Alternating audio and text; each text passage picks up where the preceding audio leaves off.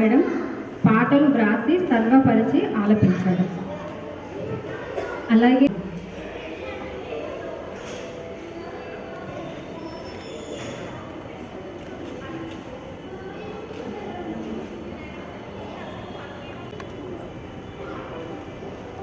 ఈ కార్యక్రమంలో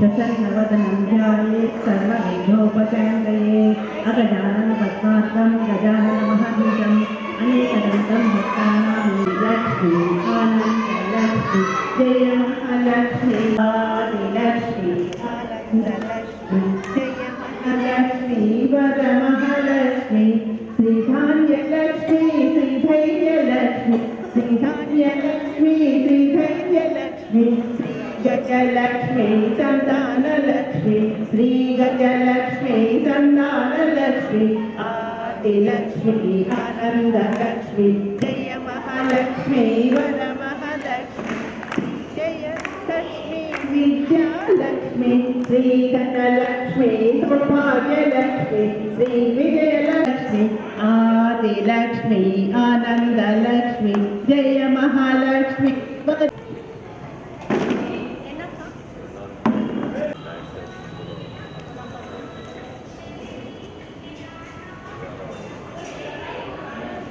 ఈ కార్యక్రమంలో ముఖ్య అతిథిగా వచ్చిన తొలి పలుకులు వాళ్ళు స్పీచ్ ఇస్తారు. సాడి బ్రహ్మాండ వేదిక మీద ఉన్న పెద్దలు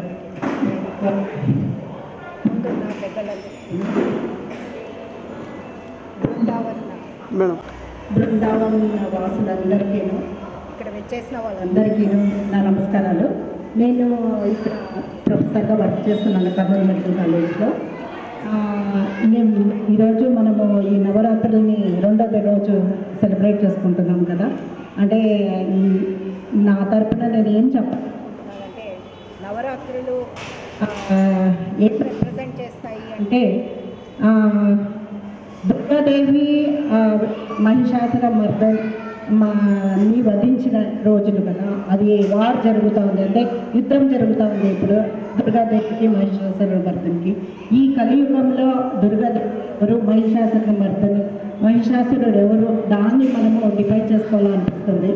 ఈ ప్రజెంట్ యుగంలో అంటే కలియుగంలో ఎవరు మహిషాసురుడు, ఎలాంటి వాళ్ళు మహిషాసురుడు అంటే, మొన్న జరిగిన కలకత్తాలో జరిగిన ఇప్పుడు అలాంటి సంఘటన జరిగింది, మీద మహిళ మీద అత్యాచారం జరిగింది.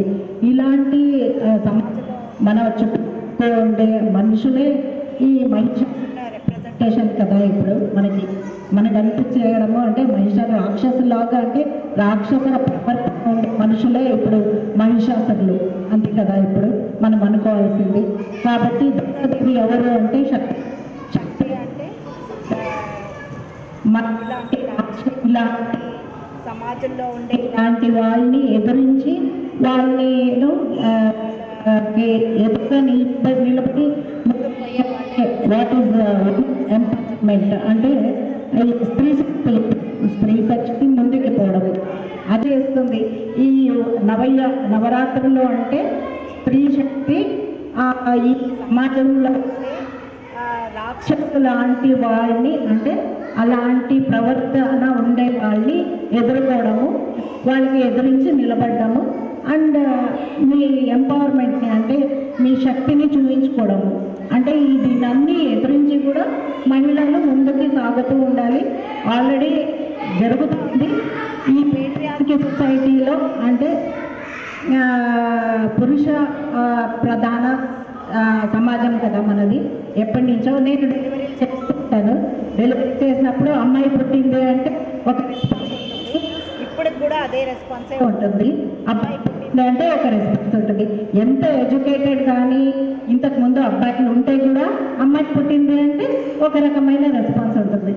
అంటే అలాంటిది ఎప్పుడు పోతుందో మన సమాజం నుంచి, అప్పుడు ఐ థింక్ మేము నిజంగా ఈ నవరాత్రి సంభ్రమాలు చేసుకునే దానికి నిజమైన అర్థం వస్తుందేమో అనిపిస్తుంది. ఎప్పటికి కానీ అదే రెస్పాన్స్ ఉంటుంది అమ్మాయిల్లో కానీ. అంటే మహిళలు మన ఓన్ మదర్ కూడా అలాంటిది రెస్పాన్స్ చూపిస్తుంది. అంటే అంత మంచిగా రెస్పాన్స్ ఉండదు. అబ్బాయి పుట్టినంత సంతోషము అమ్మాయి పుట్టినంటే ఉండదు. అలాంటిది ఎప్పుడు మన మనసు నుంచి మన దీని నుంచి వెళ్ళిపోతుందో అప్పుడు ఐ థింక్ మన నిజమైన స్త్రీ శక్తి కానీ దానికి నవరాత్రుల అర్థం వస్తుందేమో అనిపిస్తుంది. ఇదే నేను చెప్పాలనుకున్నది. ఈ ఆపర్చునిటీ అవకాశం ఇచ్చిన ఈ ఆర్గనైజర్స్ అందరికీ నా నమస్కారము. థ్యాంక్ యూ, ధన్యవాదాలు. విశ్వ హిందూ పరిషత్ జిల్లా మాతృశక్తి సంయోజక నా బాధ్యత. ఇందులో భాగంగా నేను ఇవాళ మీకు విశ్వ హిందూ పరిషత్ గురించి క్లుప్తంగా పరిచయం చేయాలనుకుంటున్నాను. విశ్వ హిందూ పరిషత్ ప్రారంభించి నేటికి 60 సంవత్సరాలు, కృష్ణాష్టమికి 60 సంవత్సరాలు పూర్తయింది. ఇది 1964 సంవత్సరము సాందీప్ ఆశ్రమం అంటే వాళ్ళది పూనాలో ఉంది, అక్కడ స్థాపించారు.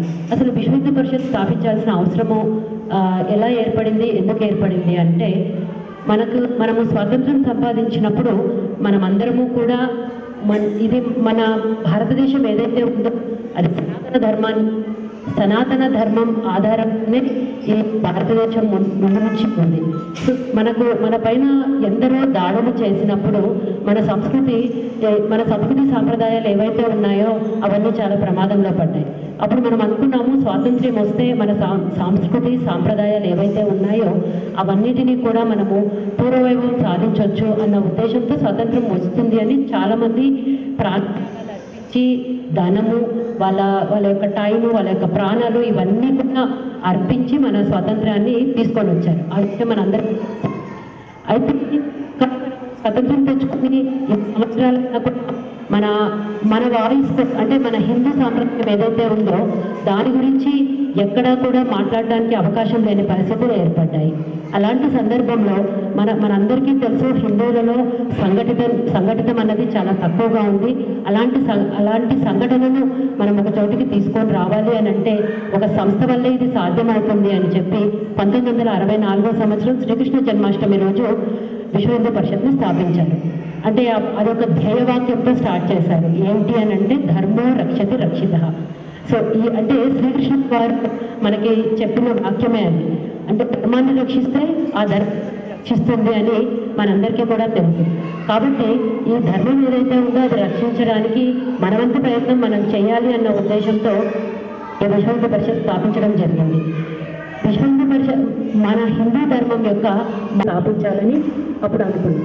తర్వాత మన పైన దాడులు ఏవైతే జరుగుతున్నాయో ఇందాక మేడం చెప్పినట్టుగా సో ఈ దాడులు ఏవైతే ఉన్నాయో అవన్నింటికీ కూడా మనము ఎలాగ మన అమ్మాయిల్ని సంసిద్ధంగా ఉంది అంటే ఇది ఎవరికి వాళ్ళు ప్రతి ఒక్కరూ సంసిద్ధతతో ఉండాలి. అంటే ఏ రోజు ప్రమాదం ఎక్కడి నుంచి పొంచి వస్తుంది అన్నది ఎవరికీ తెలియదు. ఇంటికి గోడ ఉండేది కానీ ఇప్పుడున్న పరిస్థితులలో అలా లేదు. కానీ ఉన్న గోడల్ని గోరక్ష చేయాలి అని అంటే అదొక పెద్ద ప్రసంగంలాగా అయిపోతుంది. ఇప్పుడు అలాంటి విషయాలలో కూడా విశ్వ హిందూ పరిషత్ గోరక్షణశాలల నుంచి గోరక్షాలు కబీలాలకు వెళ్ళే వాటిని అన్నింటినీ కూడా అన్నింటి చేతులైనంత వరకు వాటిని రక్షించి గోవులను రక్షిస్తుంది. తర్వాత అదంతా కూడా అఖండ భారత్. కానీ తర్వాత ముందున బ్రిటిష్ వాళ్ళు తర్వాత ముష్కరులు వీళ్ళందరికీ చేరపడదు. అంటే సగం మనం కోల్పోయాం. ఎందుకు ఇలాగే మనలోని అనైక్యత మూలాన మన దేశం ముక్కలుగా అవుతున్నప్పుడు కూడా మనము ఎలాంటి స్పందన లేక నవరాత్రి ఉత్సవాలు చేసుకుంటున్నాం అన్నీ ఉంటాయి. కానీ పక్కనే ఉన్న బంగ్లాదేశ్లో వాళ్ళు అక్కడ ఉన్న హిందువులు దుర్గామాత నవరాత్రులు చేసుకోలేకపోతున్నారు. ఎందుకంటే వాళ్ళ ఉన్న రాజ్యంలో వాళ్ళకి మైనారిటీల కింద వాళ్ళు ఉండిపోయి అలాగా జరుగుతుంది. ఇప్పుడు మనం అందరికి తెలిసిందే. మొన్న జరిగినప్పుడు ఆ రోజు వాళ్ళ ప్రధానమంత్రిని వాళ్ళు అక్కడి నుంచి మన ఇండియాకి తీసుకొని వచ్చినప్పుడు అక్కడంతా దాడులు జరిగితే ఆ దాడుల్లో కేవలం వాళ్ళు ఎంచి ఎవరు హిందువులు ఎక్కడ ఉన్నారని చూసి అలాంటి చోట అఘాయిత్యం జరిగారు. కానీ ఎక్కడ ఇలాంటివి ఎవరు మాట్లాడరు. ఇవన్నీ జరుగుతూ ఉన్నాయి. మనం అందరం ఇది మన దాకా రాదు. బంగ్లాదేశ్లోనో జరిగింది, కాశ్మీర్లో ఇలాగే జరిగింది. అవన్నీ ఎక్కడో చాలా దూరాన్ని ఉన్నాయని మనం అనుకుంటాం. కానీ అవన్నీ మన దగ్గరికి మనం ఇలాగే అసంఘటితంగా ఉంటే అలాంటి మన దగ్గరికి రావడానికి ఎంతో దూరం లేదు. కాబట్టి మనం అందరం కూడా జాగరూకతతో అప్రమత్తతో పెరిగితేనే ఇవన్నిటిని ఎదిరించగల శక్తి సామర్థ్యం మనకు వస్తుంది. ఆ తర్వాత మఠ మందిరాలు. మనందరికీ తెలుసు మఠ మందిరాలు, మన మఠాలు ఏవైతే ఉన్నాయో వాటి యొక్క ఆస్తులు ఏవైనా ఉన్నాయో అవన్నీ ఎన్ని అన్యాక్రాంతం అయ్యాయి. వాళ్ళందరూ కూడా ఒక్క రూపాయి ప్రయోజనం ఆలోచించకుండా అక్కడ వేద పాఠశాలలు అయితేనేమి, కొన్ని ఆసుపత్రులు అయితే ఏంటి, ఉచిత విద్యలు ఇలాంటివి ఎన్నో నడుపుతున్నారు. కానీ అలాంటివి అంటే మనకందరికీ ఇదివరకు తెలుసు, దేవాలయాలు సంస్కార కేంద్రాలు. అందరూ దేవాలయాలకు వెళ్తే పంతులు గారు మనకు అన్నింటి సంస్కారాలు ఇచ్చి ఇవాళ ఇలా చేయాలి, ఇలా ఉండాలి అని అన్నీ నేర్పించేవాళ్ళు. కానీ అవన్నీ కూడా ఇప్పుడు నిర్వీర్యం అయిపోతున్నాయి. ఇలాంటి పరిస్థితుల్లో మన దగ్గర ఉంది. ఇవన్నీ కూడా నిర్వీర్యం చేయాలన్న ఉద్దేశంతోనే మిగతా ఏవైతే ఉన్నాయో శక్తులు ఉన్నాయో దుష్ట శక్తులు అవన్నీ ప్రయత్నిస్తున్నాయి. సో వాటన్నింటి రక్షణ కూడా అంటే మనకి శంకరాచార్యుల వారి గురించి తెలుసు, కంచి పీఠాధిపతి. వారిని అరెస్ట్ చేసి 600 కేసులు పెట్టి వారిని 6 నెలలు జైల్లో పెట్టి ఆ తర్వాత 6 ఏళ్ళు అయ్యాక వాళ్ళు నిర్దోషిగా అని చెప్పి వారిని వదిలేశారు. కానీ ఇన్ని రోజులు మనకి జరిగిన అవమానాన్ని మనం ప్రశ్నించగలిగామా అంటే అది మనం ప్రశ్నించుకోవాల్సిన విషయం. ఎక్కడ వారిపైన అపవాదేశారు, తీసుకొని వెళ్ళి అన్ని చేశారు. సుప్రీంకోర్టులో వాళ్ళు లేదు మేము ఇష్టం, హిందూ యొక్క సాంప్రదాయాలు సంస్కృతి మొదలవుతుంది, వాళ్ళు స్ట్రాంగ్ చేస్తున్నారు, దాని పట్ల ప్రయత్నం జరుగుతుంది అంటే అక్కడ ఏదో ఒక రకంగా దాన్ని అణిచివేయడానికి చూస్తున్నారు. సో అలాంటి చోట మఠ మందిరాలన్నింటినీ వాటికి ఉన్న సమస్యల్ని ఏవైతే ఉంటే అవన్నీ తీసుకొని రావడానికి విశ్వ హిందూ పరిషత్ ప్రయత్నిస్తుంది. అందులో భాగంగా 7 కొండలు కాదు 2 కొండలు అన్నప్పుడు కూడా విశ్వ హిందూ పరిషత్ తమ వంతుగా ప్రయత్నం సాగించి చేశారు. ఇవన్నింటితో పాటు ముఖ్యమైనది మనమందరము పాల్పంచుకున్న ఒక మహా ఉద్యమం విశ్వ హిందూ పరిషత్ తరఫున చేసినది రామజన్మభూమి ఉద్యమం. 1983 నుంచి కరసేవ దగ్గర నుంచి ఇప్పటి వరకు ఎన్నో కార్యక్రమాలు అందులో చేసి మనందరము చివరికి పోయిన సంవత్సరం రాముల వారిని దర్శించుకున్నాము. వారి గుడి కోసం మనందరము కూడా మన వంతున ఎంత సమర్పించగలుగుతామో సమర్పించి ఆ రామ మందిర నిర్మాణం మన మర్యాద పురుషోత్తముడు రాముడి యొక్క జన్మస్థలంలో ఆయనకి గుడి లేదు. అలాంటి చోట మనం అందరము భవ్య రామ మందిర నిర్మాణం చేసి రాముల వారి దర్శనం చేసుకోగలిగినాము. ఇది విశ్వ హిందూ పరిషత్ విజయాలలో ఇదొకటి. చిరునవ్వులం సంగతనం ఒక యజ్ఞం సమిదగ మన జీవనం భరతమాత పాదాలకు మువ్వలం చిరునవ్వులం గలగల పారే ఆజలపాతం తన కోసం రాశాడా ఈనాడేనా మిలమిల మెరిసే ఒక అగ్నికణం మిగిలిందా తన కోసం ఈ క్షణమైన తరతరాల భారతీయ తాపసులది మార్గం తరతరాల భారతీయ తాపసులది మార్గం ఆత్మలో నివేదనం అమ్మకు నీరాజనం సంఘటనం ఒక యజ్ఞం సమిదగ మన జీవనం భరతమాత పాదాలకు మువ్వలం ఆమె మౌన పైన చిరునవ్వులం భూమి పొరలలో పురుడును పోసి రైతు రాశాడా తన పేరును ఈనాడేనా ఆ జన్మాంతం సేవలు చేసి తల్లి అడిగిందా ఆనవాళ్ళు ఈనాడేనా అనా విశ్వదివ్య నగరీ సింహాసనాధ్యాసిని అంకేలాలిత రామకృష్ణ చరితా బౌద్ధైర్జైనైర్మండితా ఆచార్య ప్రవరైశ్చ నానక దయానందాదిభిర్నందితా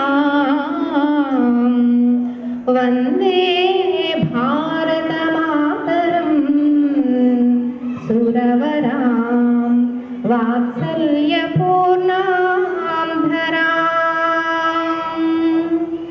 ఓం శ్రీమాత్రే నమః. విచ్చేసిన మాతృమూర్తులందరికీ దేవి శరన్నవరాత్రి శుభాకాంక్షలు. మనమందరము కూడా అమ్మవారికి ప్రతిబింబాలమే. మనలోనే ఆ దైవిక శక్తి నిక్షిప్తమై ఉంది, మనం గుర్తించడం లేదంతే. అది గుర్తించిన రోజు మనం కూడా ఒక దుర్గమ్మ, మనము ఒక కాళిక, మనమే ఒక లక్ష్మి, మనమే ఒక సరస్వతి. ఈ మధ్యనే మనం భాద్రపద మాసంలో గణేష నవరాత్రి పూర్తి చేసుకున్నాం. మరి ఇప్పుడు ఆశ్వయుజ మాసంలో పార్వతమ్మ వచ్చేశారు. కొడుకు కట్టిపోయాయి కదా, నవరాత్రులు కొడుకు చేసుకొని వచ్చేసరికి అమ్మ వచ్చేసారు. 9 రోజుల నవరాత్రులు అయిపోయిన తర్వాత 10వ రోజు విజయదశమి మనం చాలా దిగ్విజయంగా పూర్తి చేసి పంపించేసరికి మరి కొడుకుకైపోయాయి, అమ్మకైపోయాయి. మరి అయ్యవారు ఊరుకుంటారా? కార్తీక మాసం వచ్చేసరికి అయ్యవారు వచ్చేసి 30 రోజులు పూజలు జరిపించుకొని వెళ్తారు. మరి ఏం సందేశం ఇస్తున్నాయి ఈ పర్వదినాలు అంటే, మనం ఒక్కసారి శివ కుటుంబాన్ని గనక గమనించినట్లయితే బాగా గుర్తు చేసుకుందాము. శివుని మెడలో ఉన్నటువంటిది నాగరాజు, గణపతి వాహనమేమో ఎలుక. మరి మామూలుగా మనం ప్రకృతిలో చూసినట్లయితే ఎలుకను చూస్తే పాము ఏం చేస్తుందండి? రెండిటికి వైరం ఉంది కదా, ఎలుకను చంపి తినేస్తుంది పాము. మరి ఇక్కడ అయ్యవారి వాహనమేమో వృషభం, నంది, అమ్మవారి వాహనమేమో సింహం. మరి ప్రకృతి రీత్యా సింహం క్రూర మృగం. మరి ఆ సింహం కంట ఎద్దు కనపడిందంటే ఏం చేస్తుంది? దాడి చేసి చంపేస్తుంది. అయినా శివ కుటుంబంలో విరుద్ధమైనటువంటి ప్రాణులు కలిసిమెలిసి ఉన్నాయి కదా ఒకే చోట. ఇంకొకటి సుబ్రహ్మణ్య స్వామి వాహనమేమో నెమలి. మామూలుగా నెమలి పాము కనిపిస్తే చంపేస్తుంది. మరి చూడండి, పాము, ఎలుక, నెమలి, వృషభం, సింహం అన్నీ ఒకచోట కలిసికట్టుగా ఎలా అయితే ఉన్నాయో అందరూ ఒకటి కాదు, ఒక తల్లి పిల్లలు కూడా ఒకటి కాదు. అంతవరకు ఎందుకు? మన చేతి వేళ్ళే ఒకటి కాదు, కానీ పిడికిలి బిగిస్తే అన్నీ సమానం. అంటే ఆ శివ కుటుంబం మనకు నేర్పిస్తున్నటువంటి విలువలు ఏంటి అంటే, ఈ వర్ణ వర్గ కుల మత విభేదాలన్నీ మరిచి అందరూ ఒకటిగా ముందుకు వెళ్ళండి, కలిసికట్టుగా ఉండండి అనేటటువంటి సందేశాన్ని మనం గ్రహించినట్లయితే ఈ ఎలాంటి అరాచకాలు జరగవని తెలుపుకుంటూ, ఇక ఈరోజు ఈ ప్రధానమైనటువంటి పూజలో ఇక్కడ ఆయుధాలు ఉంచారు. మీరు గమనించారో లేదో, కింద ఈ టేబుల్ మీద ఒక గొడ్డలి, కొడవలి, ఒక పొడవైన కత్తి ఇవన్నీ ఉన్నాయి. మరి మనం ఇందాక ఉయ్యాలవాడ నరసింహారెడ్డి గారి శిల్పాన్ని చూసుకుంటూ అందరం ఇక్కడికి వచ్చాం. అయితే మన తరంకి రాజుల వారు గుర్తుకొస్తారేమో. ఇక్కడ ఉన్న చిన్నపిల్లల్ని చూపించి, అరే ఈ ఆయుధాల గురించి ఓసారి చెప్పురా అంటే సమరసింహారెడ్డి, నరసింహనాయుడు, బాలకృష్ణ ఇటువంటి సినిమాలే చెప్తారు. ఎందుకంటే పాపం వాళ్ళకి అవి మాత్రమే తెలుసు కాబట్టి. ఎందుకు, ఎక్కడ లోపం అంటే మనం రాజుల కథలు, ఇతిహాసాలు, పురాణాలు కూర్చోబెట్టుకొని చెప్తే కదా వాళ్ళకి తెలిసేది. కాబట్టి ఇక్కడ ఆయుధ పూజ ఎందుకు చేస్తారు నవరాత్రుల్లో అంటే ఏంటి, అక్కడ కారణం ఎందుకు చేయాలి అంటే, కేవలం వీటికేనా, కత్తులు, కటార్లు, గొడ్డళ్ళు, గుణపాలకైనా చేసేది అంటే, మనం బ్రతకడానికి ఏ ఉపకరణాన్ని ఉపకరిస్తున్నామో దాన్ని ఆయుధంగా భావించి సంవత్సరంలో ఒక్కసారి ఆ దేవి మాతను మనం ఉపాసన చేసి, అమ్మ నేను ఎలాంటి అవినీతికి పాల్పడకుండా సంవత్సరం పాటు ధర్మబద్ధంగా ఈ ఆయుధంతో నా జీవనాన్ని కొనసాగించే శక్తినివ్వమ్మా అని మనం ప్రార్థిస్తున్నాం. ఇందాక చెప్పుకున్నట్టు కేవలం ఆ పదునైన ఆయుధాలే కాదు, రక్తపాతం సృష్టించే అవి మాత్రమే ఆయుధాలు కాదు. నిజంగా చెప్పాలి అంటే ప్రతి తల్లి ఒక అన్నపూర్ణలాగా వంటగదిలో గరిట చేత పట్టుకొని అమృత రసభరితమైనటువంటి వంటను చేసి తన భర్తకు, పిల్లలకు రోజు 3 పూటలా వడ్డిస్తుంది ప్రేమగా. అందుకే కదా వాళ్ళంతా ఆరోగ్యంగా ఉన్నారు. ఒక కుటుంబం ఆరోగ్యంగా ఉంది, స్వస్థతతో వాళ్ళ పనులు చక్కగా చేసుకుంటున్నారు అంటే కారణం తల్లే, అన్నపూర్ణమ్మే. మరి ఆమె చేతిలో ఉన్న గరిటె కూడా ఆయుధమే. మరి మన శరీరంలో ఏమున్న ఆయుధాలు అంటే మన కోపం కూడా ఆయుధమే. అయితే అది ఎక్కడ చూపించాలో, ఎంత చూపించాలో అంత చూపిస్తే అది ఆయుధం అవుతుంది, లేదా అది మనల్నే నాశనం చేస్తుంది. ఇక అన్నిటికంటే మన శరీరంలో ఉండే అతి ముఖ్యమైన ఆయుధం ఏంట్రా అంటే మన నాలుక. మాట్లాడే శక్తిని కలిగినటువంటి ఈ నాలుక మన శరీరంలో అతి బలమైన కండరం. దీన్ని ఎంత జాగ్రత్తగా వాడుకుంటే అంత ప్రయోజనం. అది తిండి విషయంలో కావచ్చు, మాట్లాడే విషయంలో కావచ్చు. అందుకే భగవంతుడు ఆ మెత్తని కండరాన్ని 32 పదునైన పలువరుసల మధ్య పెట్టాడు, ఒళ్ళు జాగ్రత్త. ఏమాత్రం మనం అటు ఇటు అయినా మన పళ్ళే కొరికేస్తాయి. లేదు మన నాలుక అటు ఇటు చేసిందంటే పళ్ళు రాలగొడతారు అవతల వారు.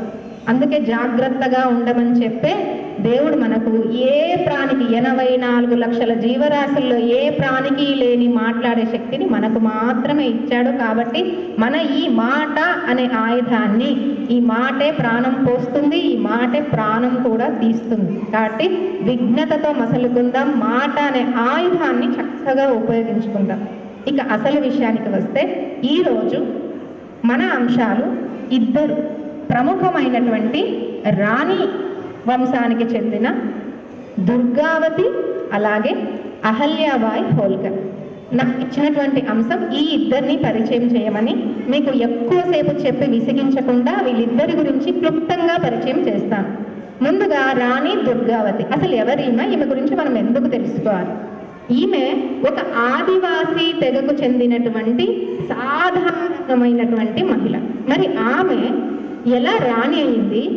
మొఘల్ నవాబులను ఎలా తరిమి తరిమి తరిమి కొట్టింది, ఎలా వాళ్ళను గడగడలాడించింది, చివరికి ఆమె చరిత్ర ఎలా విషాదాంతమైందని కనుక మనం ఒకసారి గుర్తు చేసుకుంటే, గోండ్వానా రాజ్యాన్ని పరిపాలించేటటువంటి వంశానికి ఈమె ఒక కోడలుగా అడుగుపెట్టి, భర్త దళపత్, ఆయన మామూలుగా కొంచెం మెతక స్వభావి, అంత వీరోచితం కలిగిన వాడు కాదు. కానీ ఈ అమ్మాయి మాత్రం దుర్గావతి చాలా ధైర్య సాహసాలు కలిగినటువంటి అమ్మాయి, గిరిజన జాతికి చెందింది. కాబట్టి ఈమె ఆ కొండల్లో లోయల్లో ఏనుగుల మీద సవారీ చేసేటటువంటి నైపుణ్యం కలిగి ఉంది. అలా భర్తను బాగా నూరిపోసి అతన్ని కూడా ఒక వీరునిగా మార్చి అతన్ని వెంట పెట్టుకొని ఎన్ని యుద్ధాల్లోనో ఏనుగుల మీదనే స్వారీ చేస్తూ ఆమె ఈ శత్రువులందరినీ కూడా తరిమి కొడుతూ వచ్చింది. సరే, కాలక్రమంలో భర్త చనిపోయాడు, కొడుకేమో చాలా చిన్నపిల్లవాడు. మరి ఆ చిన్నపిల్లవాడికి రాజ్యం అప్పగించలేదు కాబట్టి ఆమె రాణి బాధ్యతలు తీసుకుంది. మరి ఇక్కడ వచ్చింది సమస్య. ఎప్పుడైతే మహిళ ఒంటరిగా ఉందో అందరి కళ్ళు ఆమె మీదే పడతాయి. ఈమె సౌందర్య రాశి కూడా, చాలా శక్తియుక్తులున్న మహిళ. ఈమెను లొంగ తీసుకోవాలనే ప్రయత్నం మొఘలులు విపరీతంగా చేశారు. ముఖ్యంగా ఆ కాలానికి చెందిన అక్బరు, అతని దగ్గర ఉండేటటువంటి అసఫ్ ఖాన్ అనేటువంటి వాడు.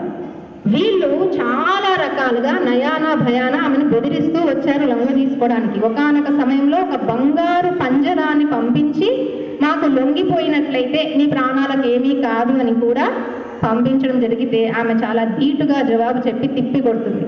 దమ్ముంటే ముందుకు వచ్చి ముఖాముఖి యుద్ధం చేసి గెలవండి, అంతేకాని ఇటువంటివి ఏ ప్రయత్నాలు వద్దు అని చెప్పి. సరే, మొత్తానికి చాలా పెద్ద యుద్ధం జరిగింది మొఘలులకు ఈ రాణి దుర్గావతికి. ఆమె ఏమీ భయపడలేదు. చిన్న వయసు ఉన్న తన కొడుకుని తీసుకొని యుద్ధానికి వెళ్ళినటువంటి ఆ ప్రదేశం ఎలా ఉందంటే, ఒకవైపు కొండలు, ఒకవైపు నదులు, మధ్యలో లోయ ప్రాంతం. వీళ్ళందరూ ఏనుగుల మీద వెళ్ళారు. చాలా పెద్ద యుద్ధమే జరిగింది. అయితే అక్కడ 3 సార్లు తరిమి కొట్టినా కూడా మళ్ళీ వాళ్ళు వెనక్కి వచ్చి మళ్ళీ యుద్ధానికి తలపడుతూ ఉన్నప్పుడు అక్కడ జరిగింది ఏంటంటే, అక్బర్ కొంతమందిని కొనేశాడు. ఎవరికి? ఈ దుర్గావతికి చెందినటువంటి కొంతమంది సైన్యాన్ని డబ్బు ఆశ చూపించి వాళ్ళ ద్వారా రహస్యాలన్నీ తెలుసుకొని వీళ్ళకే నమ్మక ద్రోహం చేసేలా చేశాడు.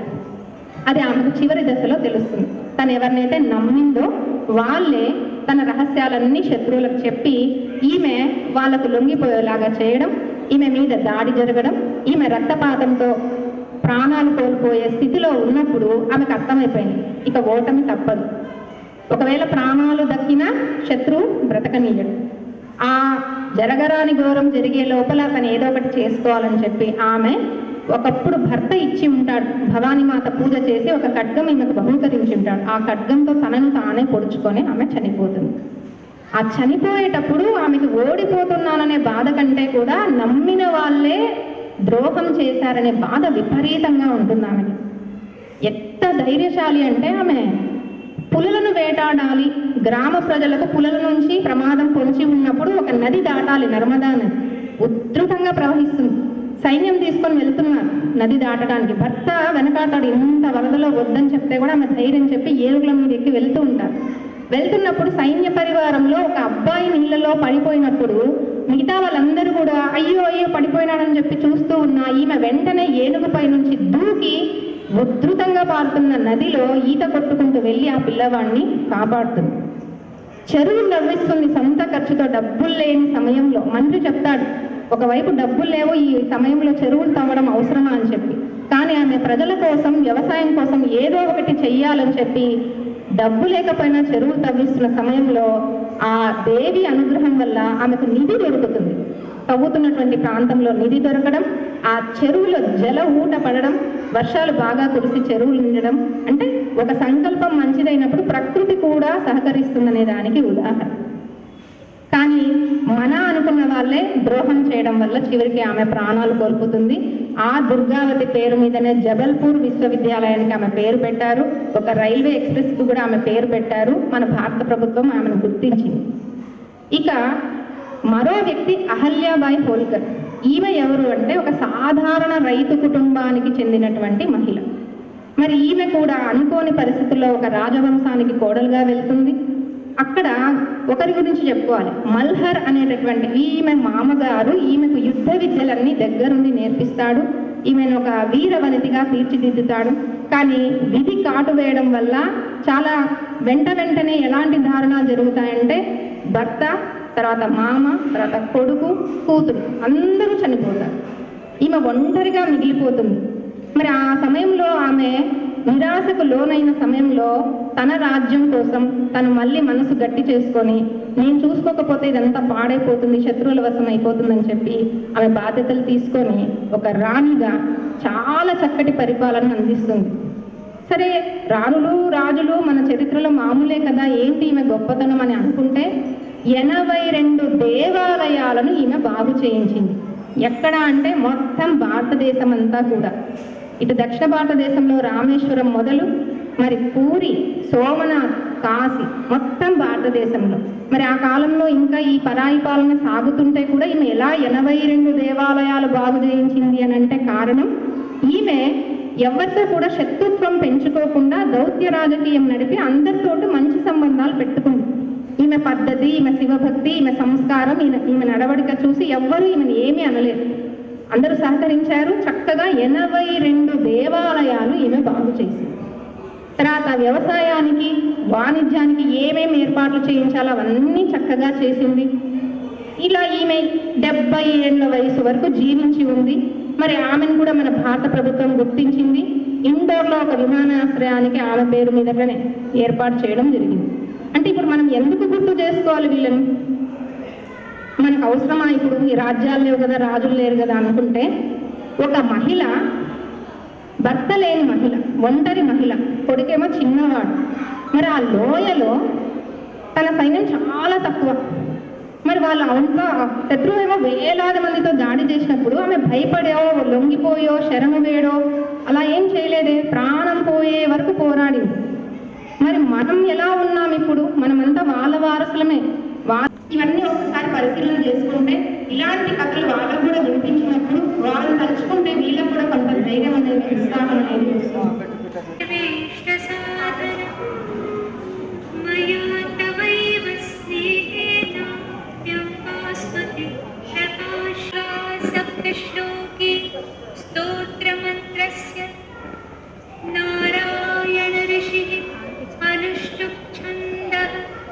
श्री महाकाली महालक्ष्मी महासरस्वत्यो देवताः श्री दुर्गा प्रीत्यर्थं सप्तश्लोकी दुर्गा पाठे विनियोगः। ज्ञानिनामपि चेतांसि देवी भगवती सा परादाकृष्यमोहाय महामाया प्रयच्छति। दुर्गे स्मृता हरसि भीतिमशेषजन्तो स्वस्थै स्मृतामतिमतीव। सर्वमङ्गलमाङ्गल्ये शिवे सर्वार्थसाधिके शरण्ये त्र्यम्बके गौरी नारायणी नमोस्तुते। शरणागत दीनाथ परित्राणपरायणे सर्वस्याति हरे देवी नारायणमन्विते।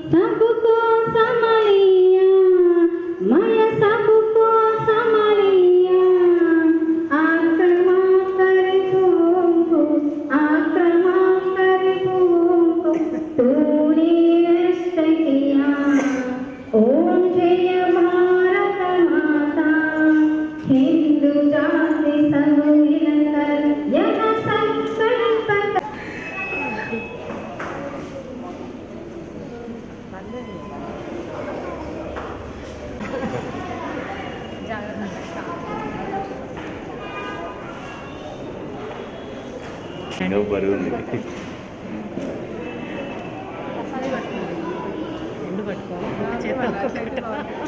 Right. Retired agriculture extension association honourable president Venkateshwar నా పేరు. ఈరోజు ఈసీ మీటింగు ఏర్పాటు చేయడం, ఎందుకంటే వచ్చే జనవరిలో జనరల్ బాడీ మీటింగ్ జరుగుతుంది. రిటైర్డ్ అయిన ఎంప్లాయీస్ అనారోగ్యం కానీ లేదా వారి కుటుంబ సభ్యుల యొక్క సమస్యలు కానీ, వారికి రావాల్సిన పెన్షన్ వలన ఏదైనా ఇబ్బందులు కానీ, ఆరోగ్య సంబంధమైన బిల్లులు కానీ, వీటిని గురించి ఈ సంఘం నిత్యం పర్యవేక్షిస్తుంది. వారికి కావాల్సిన న్యాయం వాళ్ళ ఇంటికే చేరేటట్టు చేస్తుంది. రేపు జరగబోయే కార్యక్రమానికి మేము ప్రతి సంవత్సరం ఒక ప్రజెంటేషన్ ఇస్తాము. సంఘం తరపున ఒక బ్యాగ్ కానీ, సూట్ కేసు కానీ ఇస్తాం. ఆ కార్యక్రమాల గురించి ఈరోజు ఈసీ మీటింగ్ పెట్టుకుని ఒక నిర్ణయం తీసుకునే కోసం ఈ సమావేశం ఏర్పాటు చేయబడింది. ప్రతి వ్యక్తి చచ్చిపోతే ప్రభుత్వంతో పాటు మేము కూడా ఒక కుటుంబానికి ప్రతి చచ్చిపోయిన రిటైర్డ్ ఏఈఓకు 20,000 స్పాట్లో మనిషిని పంపించి ఇచ్చేస్తాం. వెంకటేశ్వర్లు గౌరవాధ్యక్షులు.